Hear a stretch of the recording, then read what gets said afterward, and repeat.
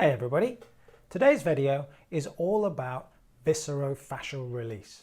Today I'd like to talk to you about a real case example of a patient who'd had open heart surgery in the past, who then went on to suffer recurrent issues in the left hand side of her neck and shoulder and suffering some headaches, and how viscerofascial release helped clear her problems. But before we jump into that, are you new to my channel? Welcome. I'm Rodger Duckworth, a Chartered Physiotherapist, and I create educational videos on physical health matters, specifically holistic physiotherapy and mind-body medicine. And I release them every week.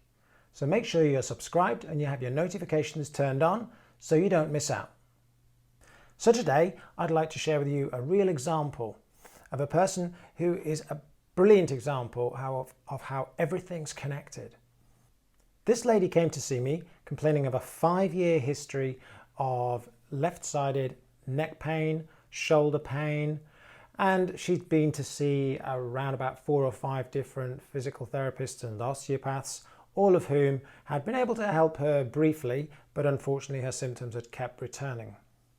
So, as you probably heard me say before, the clues are always in the history, and a really detailed history is the only way to understand people's problems, in my view. So on questioning this lady, she reported that in 2007 she'd had open heart surgery. And when we questioned her about when her shoulder pain began, this was around about 2008. And for me, there was too big a connection here for this to be a coincidence. And so we delved further into her physical examination, and it was clear to me that there were tensions running through into the chest, deep inside, and I could feel that the connections between the viscera of the heart and the outer lining of the heart to the outer skeleton were not moving right. So we began her treatment and mainly focused on light touch techniques such as viscerofascial release and myofascial release. If you haven't already seen my video on myofascial release, I'll put the link in the description box below.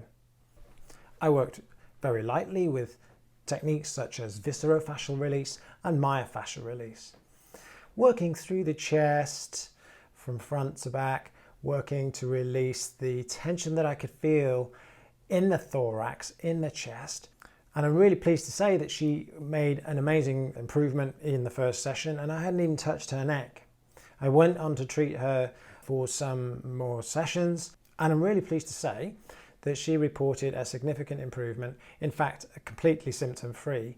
And I followed her up at 6 months, and she reported that she had remained symptom-free, and she'd benefited to a level that she'd felt that she'd not with previous forms of treatment, which was fantastic. So there's clearly a physical connection between the heart and the outer skeleton. In fact, there's a connection between all of the organs and the outer skeleton. Let's just think about that for a moment.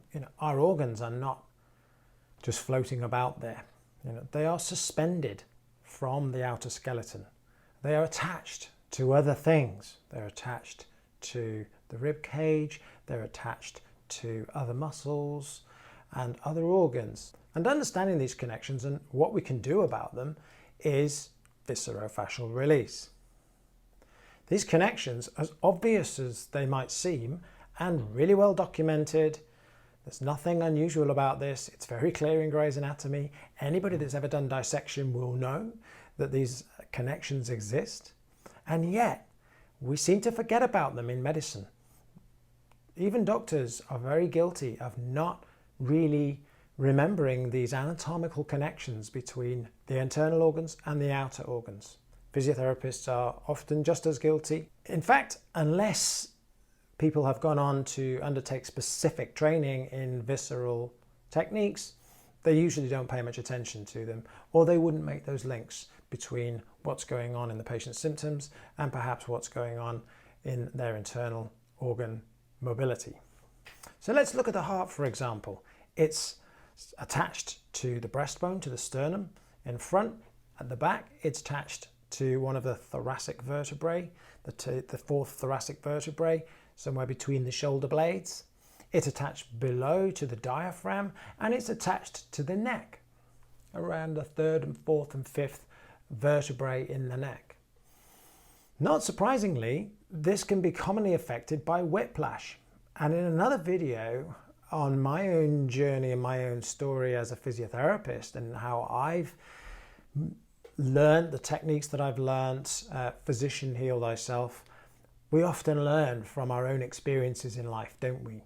Well, I've been just the same, and in terms of my own health, techniques and issues and injuries and recovery from those have taught me so much about recovery that I've been able to implement with my patients.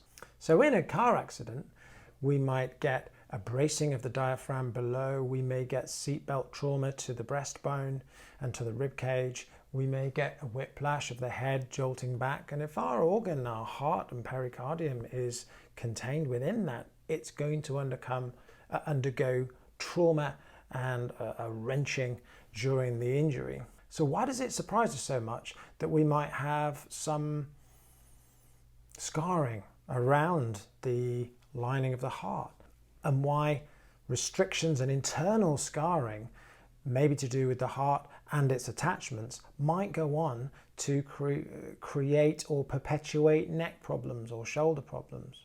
The same is true of pretty much every organ in the body, but it doesn't have to be whiplash to create these problems. Even influences on the diaphragm, such as abnormal breathing pattern, chronic anxiety issues, these can change the subtle tensions that exist internally within the body, which might manifest then as disturbance to heart rhythm, or perhaps just to restrictions in the thorax and the way that it moves, which would manifest as discomfort externally between the shoulder blades, in the neck, in the shoulder. Treatment of this viscerofascial system can afford amazing results. So we really need to understand the history of the problem, and this is going to give us the clues as to what structures we might need to look at. Now, of course, we know that there's a neurological connection between the heart and the shoulder. We all know that patients who are having a heart attack may experience discomfort in their neck and their left shoulder and pins and needles down their left arm. That's because they share the same nerve supply, the shoulder and the heart. And their brain gets confused as to which structure is exactly causing the pain. So there are lots of reasons why we may have issues between the neck and the shoulder. But the heart causing a direct mechanical restriction is one that's usually not considered. And unless people are trained in viscerofascial release, they're not going to spot this problem. Anyway, I thought this was just a really interesting case example of viscerofascial release and how it can be a useful technique in treating chronic problems. Thank you for listening. Don't forget to share this video with your friends, comment below, and don't forget to hit that subscribe button. I'll see you next time.